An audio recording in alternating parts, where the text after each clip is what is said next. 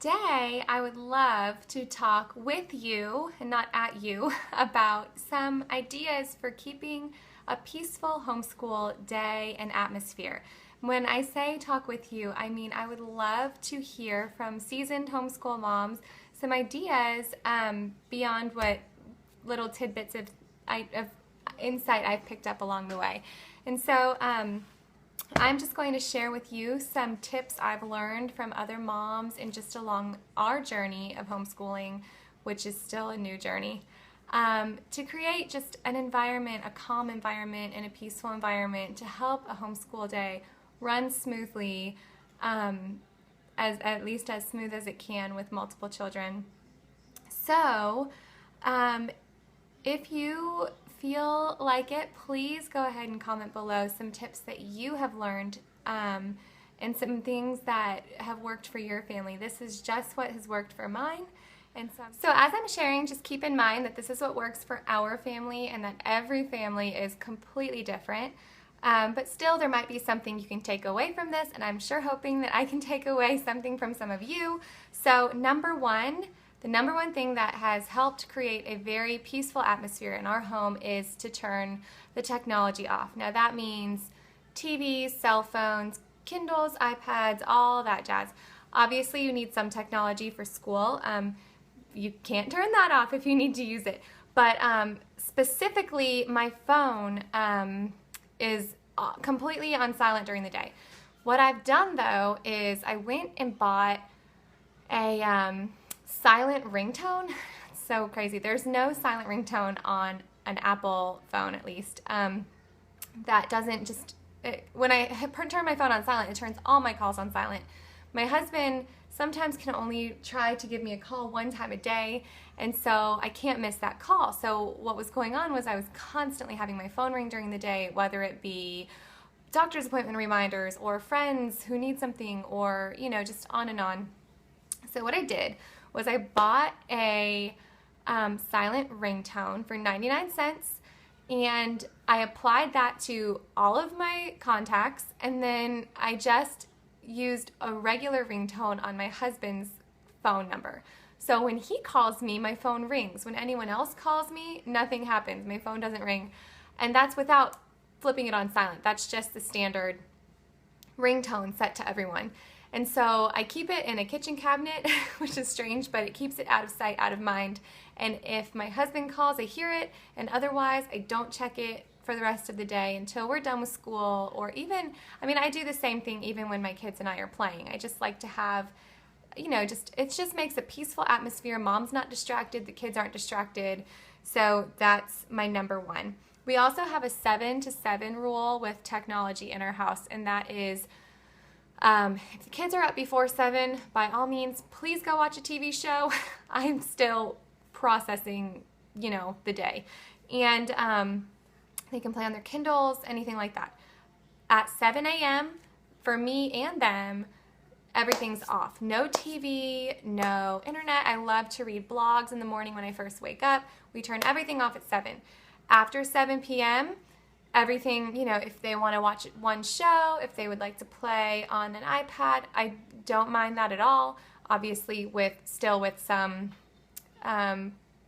settings, time settings, but so 7 to 7, there is nothing on, no distractions, no noise, no technology going on in the house. And as my kids get older, that rule will probably be more important when they are old enough to play video games or things like that. But for right now, it's simple. The TV's off between 7 to 7.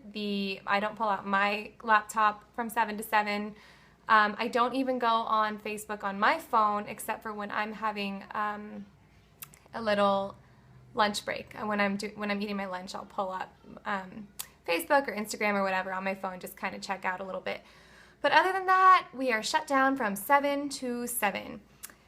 The next thing that I will say has helped us is to pre-plan our meals. And I keep saying that I'm going to do a how to meal plan for 2 weeks video.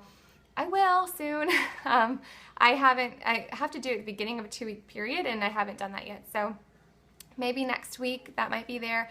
But planning our meals, I plan our breakfast, lunches, and dinners. And so I don't have to take a huge break in the middle of our school day, prepare and clean up lunch. Usually I have it all set out, pre-portioned or written down exactly what I need. There's no guessing. The kids aren't begging for something. They know that what we're eating for lunch is written down, and that's what it is. So pre-planning meals is super crazy helpful to keeping our home environment distraction-free.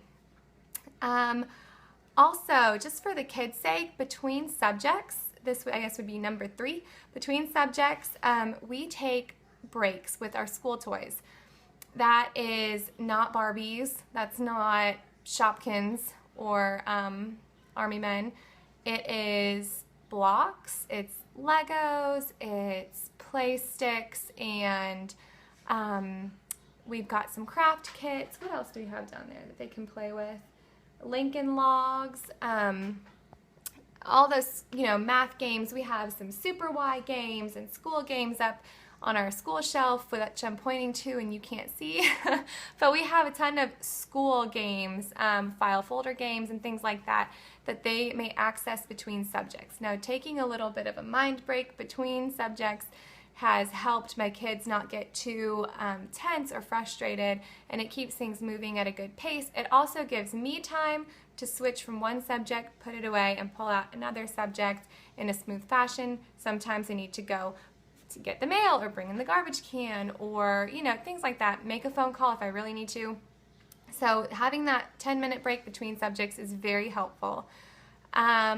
Number 4, print and plan ahead. This is one of the most distracting things that I did in our homeschool before this year. Was not really, if it was a curriculum that was pre-planned for me, I would just open that day and expect everything to run smoothly without having planned it. Now I know that I need to check at least the night before, if not the weekend before. I need to make a photocopy of anything I need to photocopy. I need to get things organized and be ready. So all the printing, just walking out of the room and leaving them, aimlessly for 2 minutes to make a copy can throw us off schedule. So there's that. Number 5? Number 5, be home. Plan your time at home intentionally. Don't run off to the store for this, that, and whatever. Don't accept every park play date that comes your way. And for me, the biggest part of this was saying no to groups and co-ops and friends' studies and all that. There's so much in homeschool that sounds so good, but you can't do it all and be home. Then it's not homeschooling. So for me, and I know this is a touchy subject for some people, for me, I had to just say no to everything. And last year was too crazy for us. We were involved in too many things, and we just needed to be home. So this year we are homeschooling, and we have slowly incorporated a couple of things that doesn't take too much away from our home life. A couple of different homeschool, I guess it's only one home. My kids are part of a homeschool art club. They just go for 1 hour once a week, and I just drop them off and go to Target. So they're not necessarily in any co-ops this year. Again, I'm going to be making a video on this soon, the co-op decisions. So stick around for that coming up here. But yeah, we just stay home, be intentional. When you plan on grocery shopping, grocery shop on that day. When you plan on, going for a run or getting outside, make all of that planned out so that your kids don't feel like they're flying from one place to another and don't have that consistency of home. Even kids who go to school have consistency. They know that they go to school at 8. They know that they come home at 3. When you're homeschooling, be home. Make that a haven. That's where your kids' hearts are. That's where your heart should be also.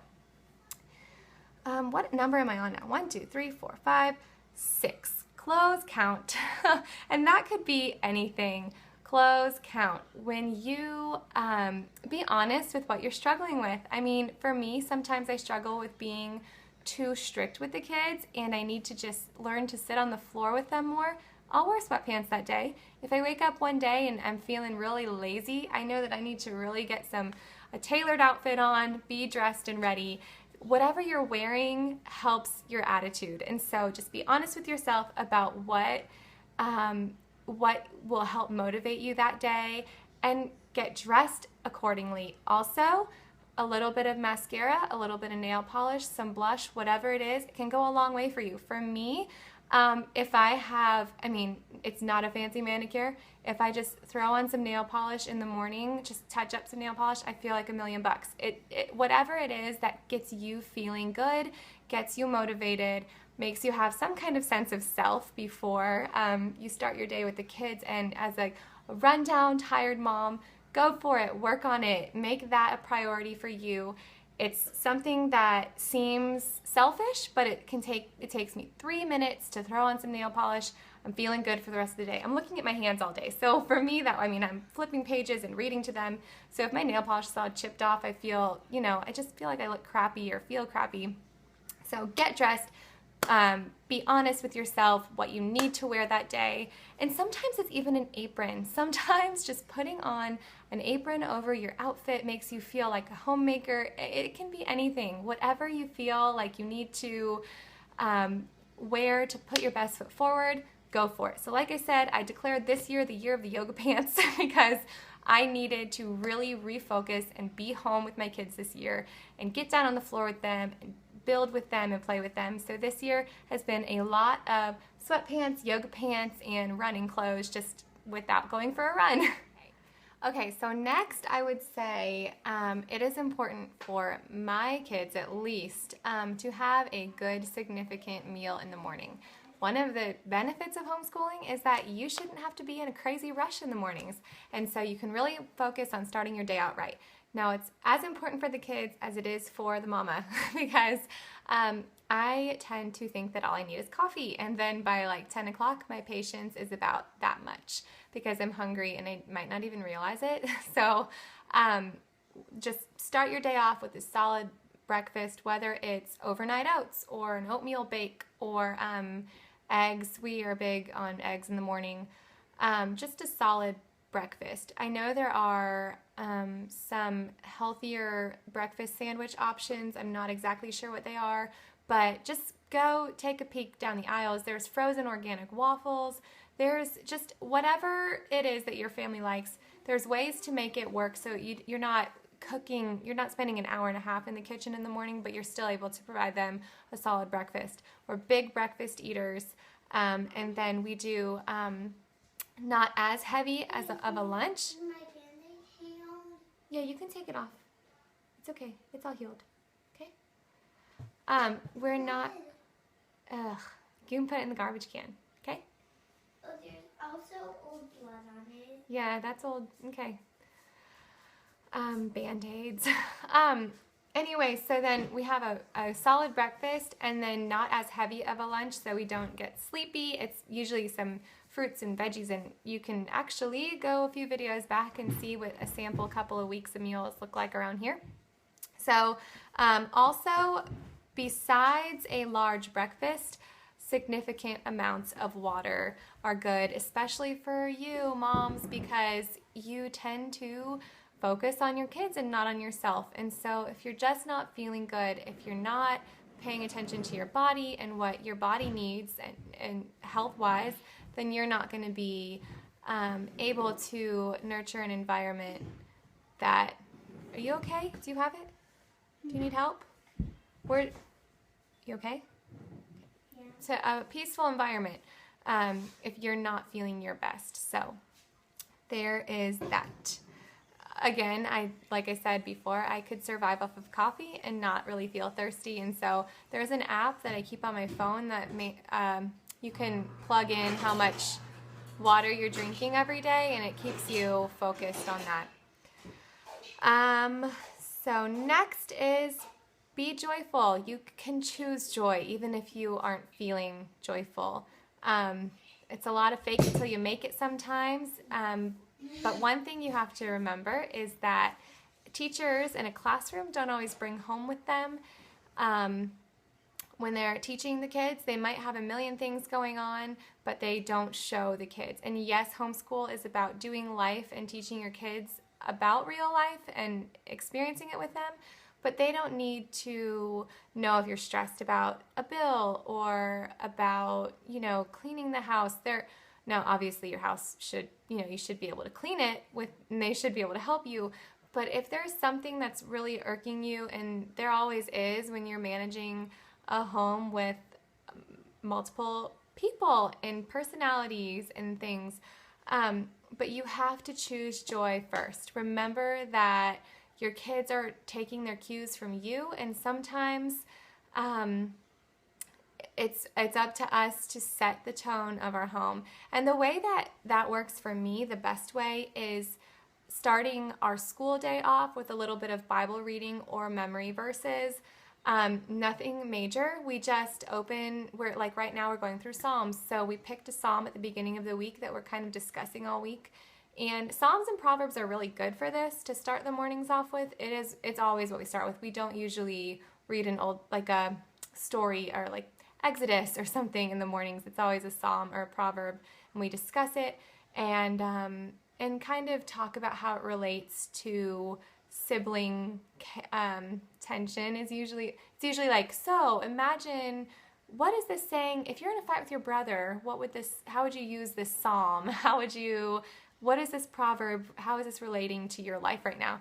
So sitting in the morning with the kids and doing that helps keep that little chunk of information in my mind all day long, and it helps me focus on choosing joy and just being rooted in Christ and not being so focused on all the chaos that can come up. So next, remember that you're a mom first. Before you're a teacher, before you're a neighbor, before anything else to your kids, you're their mom. So if something is just not working, if they're frustrated with something or they are struggling with something, you're their mom before you're their teacher. Stop what you're doing and focus on that. That is going to be, to me, that's the best part of homeschooling, that we can experience life and all of life's situations without having to be worried about math. And so if your child is having a sensitive day and you know that pushing a reading assignment on them isn't going to be right, then you don't have to do that. You're their mom first. You can sit with them. You can read to them. You're their mom first. Also, like I said, you're their mom before you are a church congregation member or before you are before your neighbor's helpmate. You're their mom. And so you have to learn to say no. At least I did. I had to say no to bringing a meal to this or driving somebody's kid to that. Sometimes that is harder on my family than it is helpful to another family. And so you have to learn to say no and be a mom first. Also, atmosphere. Atmosphere is a big part of homeschool. Obviously, for some people, they can't focus without having a clean house. That is me. So I wake up before them, make sure the house is set and ready to my liking. But besides that, some ideas. Natural lighting is nice. If you can open, I feel like I'm in a cave if the windows are shut. So I open the curtains and the blinds and turn off the kitchen lights and the household lights, all the yellow lights, and just let the natural light in for as long as God's giving it to us that day. I take it. The second the sun peeks out in the morning, all of our windows are open. Also, music, smells, things like that really set the mood of a home. When I put Pandora on in the morning, I just put it on a soft worship station. Like Fernando Ortega is a great station. If you have not heard of him, check him out. I'll try to send a link below here. I put on a peaceful worship station or just a calm classical music station, things like that. It really sets a good tone in the house before we start our school day, and then when we're doing some independent work between subjects, when they're playing on the floor, things like that, I keep that music on, and it really helps just calm everything. And smells. We have essential oils.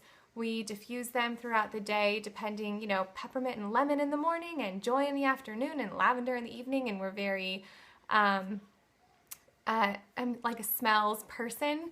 But candles or certain household cleaners, whatever it is that bothers or encourages your kids, pay attention to that. Understand what I know when I was a child in school is when when it became way more popular to have a whiteboard than a chalkboard. And those expo markers gave me the worst headaches, but my teachers couldn't do anything about it.